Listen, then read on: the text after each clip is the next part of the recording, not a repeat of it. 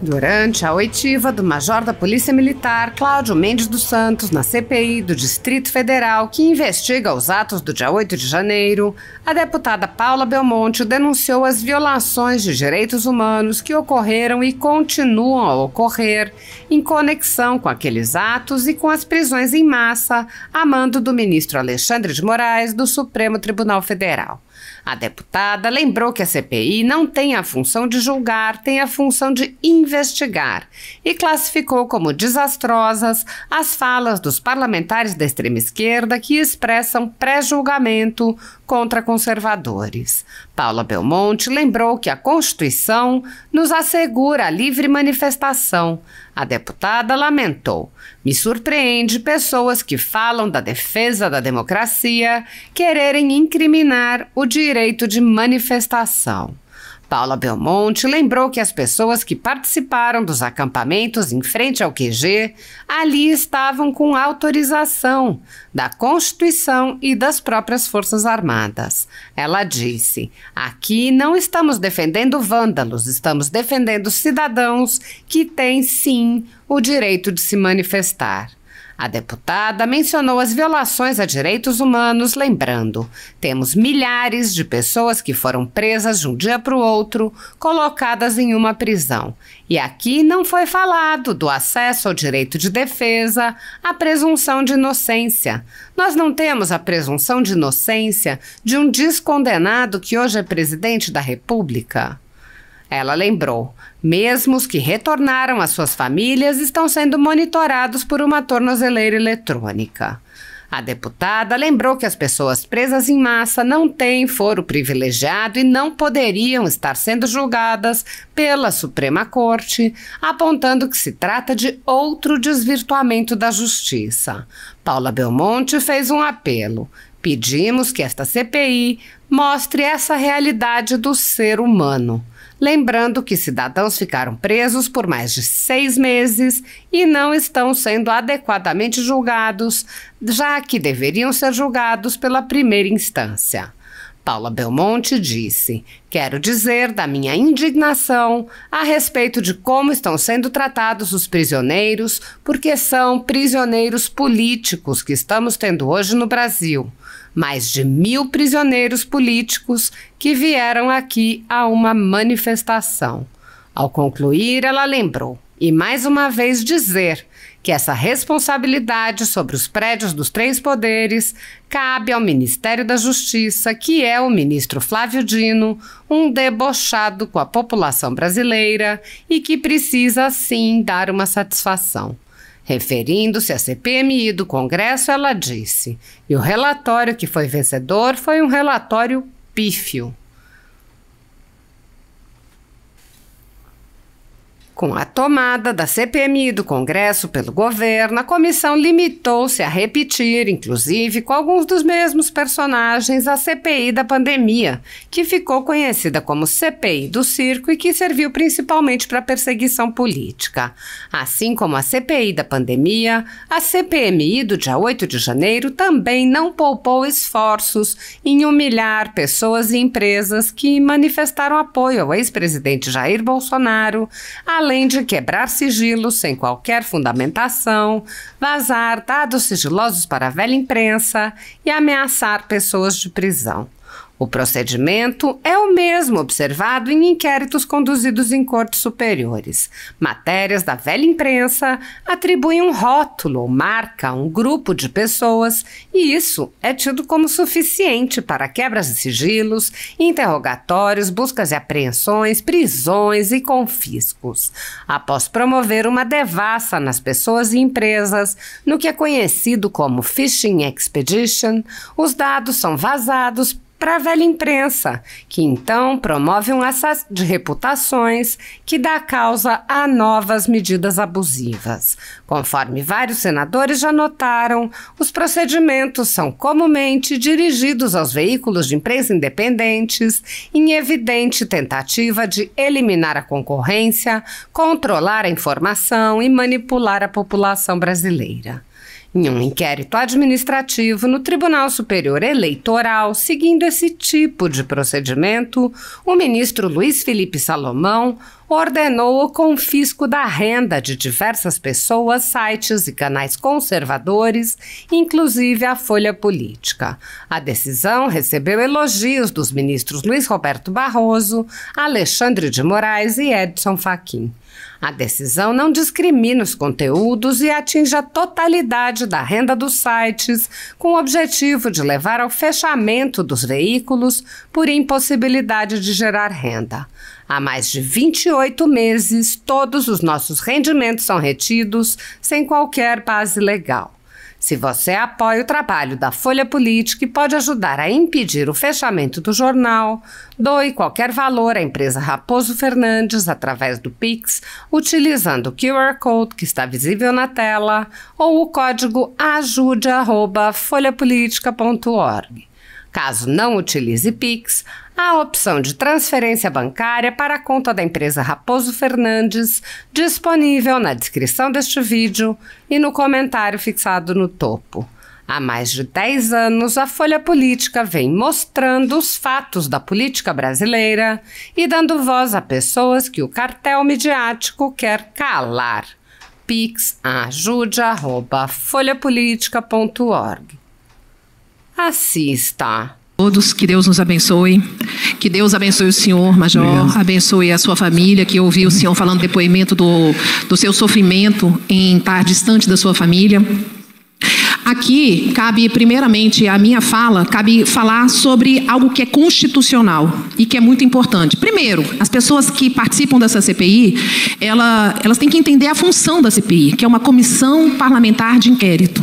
A comissão parlamentar de inquérito não tem a função de julgar, ela tem a função de investigar. Isso é fundamental para que a gente possa deixar um trabalho transparente aqui. Então, qualquer fala de parlamentar que fica aqui julgando, na realidade é uma fala desastrosa, é uma fala de falta de conhecimento, porque aqui não cabemos a julgamento, nós cabemos investigar. Isso é uma função importante. A outra questão é que dentro da nossa Constituição Federal nos assegura a manifestação, o livre manifestação. Nós temos esse direito como brasileiros da manifestação. E eu gosto de falar isso e vou repetir quantas vezes forem necessários, porque o que está acontecendo no Brasil é colocando medo nas pessoas, na população, e eu digo aqui populações de vários aspectos políticos, em relação à manifestação. Isso é algo constitucional e me surpreende pessoas que falam de defesa da democracia quererem incriminar, não tem a função de incriminar aqui é uma função investigatória, de falar sobre a livre manifestação. E a livre manifestação, ela é possível sim, inclusive falar que não está satisfeito com a eleição. Aqui foi colocado um hacker, e é importante dizer que ele disse que pelo hacker que é base da esquerda. Aqui foi falado pelo general que não tem investigação nenhuma de roubo, de prostituição, de venda de droga. Isso é uma falácia. Eu quero que mostrem aqui um documento que fale isso. Existe sim uma má interpretação na leitura de parlamentares, utilizando a má leitura da interpretação para colocar isso de diferente. E eu digo isso, Major, porque é importante nós estarmos aqui trazendo a transparência e trazendo principalmente o empoderamento da sociedade, porque cada um de nós aqui somos parlamentares pelo voto, que é a verdadeira cidadania. E nós precisamos fazer com que essa cidadania, independente do aspecto político, a população seja empoderada. Porque é a população que paga os impostos, é a população que merece todo o atendimento a todos nós, é a população que aqui nós estamos representando. Então eu defendo a liberdade. A liberdade até de pensar diferente comigo, mas que a gente não fale mentira. Isso é muito importante. E aqui, Major, eu tenho um pouco tempo, mas eu quero trazer um aspecto muito importante que o senhor traz. Primeiro eu quero deixar claro da minha defesa da liberdade do cidadão. A liberdade de poder acampar, como foi dito aqui por essa CPI, e que a gente espera que tenha no relatório, nenhum mandato judicial para acabar o acampamento. Não existe isso. As pessoas estavam até o dia 7 de janeiro, 8 de janeiro, autorizadas. Não houve nenhum mandato para que essas pessoas saíssem de lá. A partir dos atos que eu quero também registrar, que qualquer pessoa que tenha vandalizado, ela esteja na cadeia. Porque aqui nós não estamos defendendo vândalos. Nós estamos defendendo cidadão. E cidadão que tem, sim, o seu direito constitucional de manifestar. Mas tem uma questão que essa CPI não se aprofundou aprofundou e foi até o motivo de minha fala aqui na sessão anterior, para que a gente possa se aprofundar, que é o direitos humanos. Nós temos milhares de pessoas que foram presas de um dia para o outro, foram colocadas dentro de uma prisão, e que aqui não foi falado do acesso ao direito de defesa. Aqui não foi falado a respeito de como é que essas pessoas estão tendo acesso da presunção de inocência. Porque isso tem que ser falado. A presunção de inocência. Nós não temos a presunção de inocência de um ex-condenado que hoje é presidente da República? Nós não temos a presunção de inocência de vários outros condenados que roubaram o país porque corrupção mata? E hoje nós estamos falando de senhores e senhoras que estão aqui, como o senhor disse, Major, longe das suas famílias, ou mesmo os que retornaram às suas famílias, estão sendo monitorados por uma tornozeleira eletrônica. E isso muda toda a dinâmica de milhares e milhares de pessoas, de famílias. É muito sério, e por isso essa responsabilidade dessa relatoria de trazer o aspecto humano. Eu gostaria que o senhor falasse aqui rapidamente, quando eu me sentir satisfeito eu vou interromper, como é que o senhor, um major da Polícia Militar, se sente como um cidadão, ou como o senhor sentiu, estando preso, e como o senhor foi preso, porque me parece que o senhor não estava nem no dia do acampamento. Como é que o senhor foi tratado na sua legitimidade como cidadão de direito? Eu gostaria que o senhor falasse isso para nós. Eu defendi a justiça e a vida dos brasileiros durante 30 anos. Eu não vi um dos meus filhos nascer. Eu fiquei horas e horas e horas na frente da esplanada, protegendo os prédios. Minha esposa está com a comorbidade que eu tenho que tratar ela e eu estou preso. A gente está vivendo com a ajuda dos meus amigos de turma de polícia e eu queria agradecer cada um deles. Eu queria dizer para os meus filhos que eu estou vivo e estou bem, porque foram falar que eu tinha viajado. Eu estou muito bem. E o pastor Daniel, lá nós tivemos 12 batismos, várias conversões, e tem culto todo dia hoje naquele presídio. E nós oramos não só pelo presidente Lula, como para o Bolsonaro, como para o Alexandre de Moraes, para todo mundo. Nós não temos ódio. Esse país precisa de amor, esse país precisa de Cristo. E eu me sinto muito mal porque eu nunca fiz mal nenhuma barata. Eu sou um cidadão que sempre, meus filhos eu criei eles dentro da igreja. Major, mas como que foi o seu acesso à justiça? Advogados, como que está sendo o seu tratamento? É isso que eu quero me perguntar aqui, porque isso cabe a nós aqui na investigação. Como está o seu acesso à justiça? Como está o seu... E aqui eu quero ressaltar que nós temos um presidente dos direitos humanos, da Comissão de Direitos Humanos, e que ele sempre fala o seguinte: não existe essas situações de condições dos presidiários de agora, existe há muito tempo. E aqui eu fico mais uma vez, já não é a primeira, nem a segunda, nem a terceira vez que eu peço ao presidente da Direitos Humanos o que nós estamos fazendo com a alimentação, que já teve gente aqui falando que é uma alimentação que não é nem para cachorro. Então eu gostaria que o senhor trouxesse esse aspecto humano dessas pessoas que foram presas e como elas estão sendo tratadas no seu acesso a direito à justiça, aos advogados e à alimentação. Ok, eu tenho 2 presos lá comigo, um chamado Cláudio Felipe e outro João Gama, que são homens de 60 anos, que estão, inclusive, falando para o pessoal não quebrar, que são pessoas das mais honestas, dignas que eu já conheci em toda a minha vida. Eles são da onde? São Paulo, polícia de São Paulo. Eu estou no local onde estão presos policiais. Pessoas dignas, pessoas maravilhosas, pais de família, exemplares. Eles estão tendo acesso à justiça, a advogados? É isso que eu quero que o senhor se atenha. Nós estamos direto no STF. Eu queria, inclusive, pedir para o senhor ministro Alexandre de Moraes que deixasse a gente, botasse para a instância normal, para a gente ter direito à primeira, segunda instância. Só um minutinho, é outro questionamento. Nós estamos falando de pessoas comuns, pessoas que são pagadores de impostos, mas não foram privilegiados. E nós não entendemos por que essas pessoas estão sendo julgadas pela Suprema Corte. É outro questionamento que nós temos que ter. Se nós somos aqui pessoas que acreditamos na nossa Constituição Federal e queremos fortalecer, é um outro desvirtuamento que está tendo o julgamento dessas pessoas. Não era para estar dentro da Suprema Corte, sim, na instância, na primeira doutora, instância. Sobre o que a senhora está falando, é muito importante porque eu vi a fala do eminente ministro dizendo que é porque tem pessoas de alto escalão envolvidos, mas eu não conheço conhece as pessoas, muita gente não conhece as pessoas, e aí o que eu preciso, um pedido, eu falei aqui eu não creio que sejam pessoas más, estão cumprindo o trabalho delas, mas eu falei aqui em indulto, eu falei aqui em perdão, eu falei inclusive em que a gente possa, então, já que é assim, deixa a gente fazer o que a gente tem o direito. Eu sou primário, eu não cometi crime, nunca tive ouvido com crime. Pois é, Major, então assim, é importante que nós vamos entender, porque tem alguns que são religiosos, outros não. Isso é a liberdade e a democracia do Brasil, e nós respeitamos. O que nós estamos falando aqui é o Estado de Direito, e que não está sendo respeitado pelas pessoas. As pessoas estão presas sem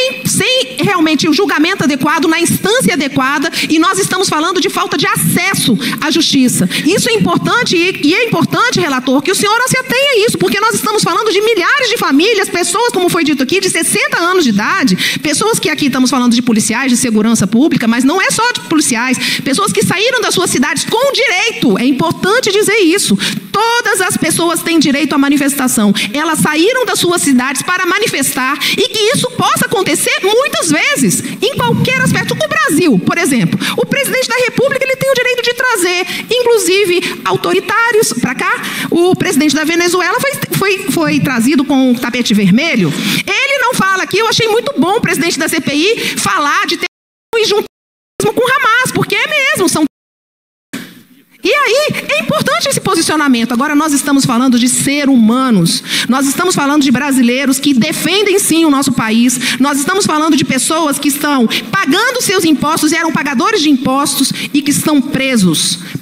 E isso tem um reflexo direto. Como o senhor disse, o senhor não viu sua filha nascer, a sua esposa está precisando de saúde, e isso várias outras pessoas estão passando por essa situação. Então, nós aqui pedimos que essa CPI mostre essa realidade do ser humano, dessas mais de 1000 pessoas que foram presas e que estão esperando ainda 5, 6 meses para serem julgadas e não foram adequadamente julgadas. Por quê? Porque isso não é fórum do STF, do Supremo Tribunal Federal. Essas pessoas não têm fórum privilegiado. Elas precisam ser julgadas na primeira instância, como o senhor disse, o senhor não é um criminoso. Doutora, minha família está vivendo de favor. Minha esposa, Adriana, te amo, de público. Minha esposa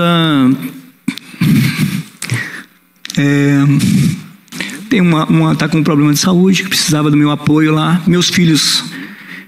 O senhor tem quantos filhos?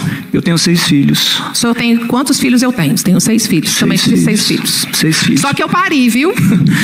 Eu não. Mas eu crio como brasileiros. Eu vi muitas vezes sendo atacado aqui em outros lugares a palavra patriota, como se fosse um pejorativo de algo mal. Não é, não façamos isso, porque alguns erraram. A gente não pode jogar todas as pessoas que amam esse país, que gostam desse país. Eu entreguei a minha profissão e a minha juventude, a minha vida, para uma profissão, para uma empresa chamada Polícia Militar do Distrito Federal. E eu fico muito triste quando eu vejo um comandante-geral apanhando de cone na cabeça, ser chamado de omisso. Tanta coisa aconteceu, que, assim, são homens dignos. Eu queria dizer que são homens muito dignos. Mas...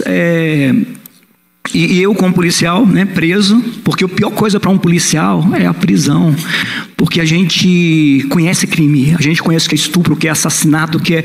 E eu fui a uma manifestação e estou preso, sendo que esse livro aqui, gente, esse livro antigamente não era para ser interpretado, era para ser seguido.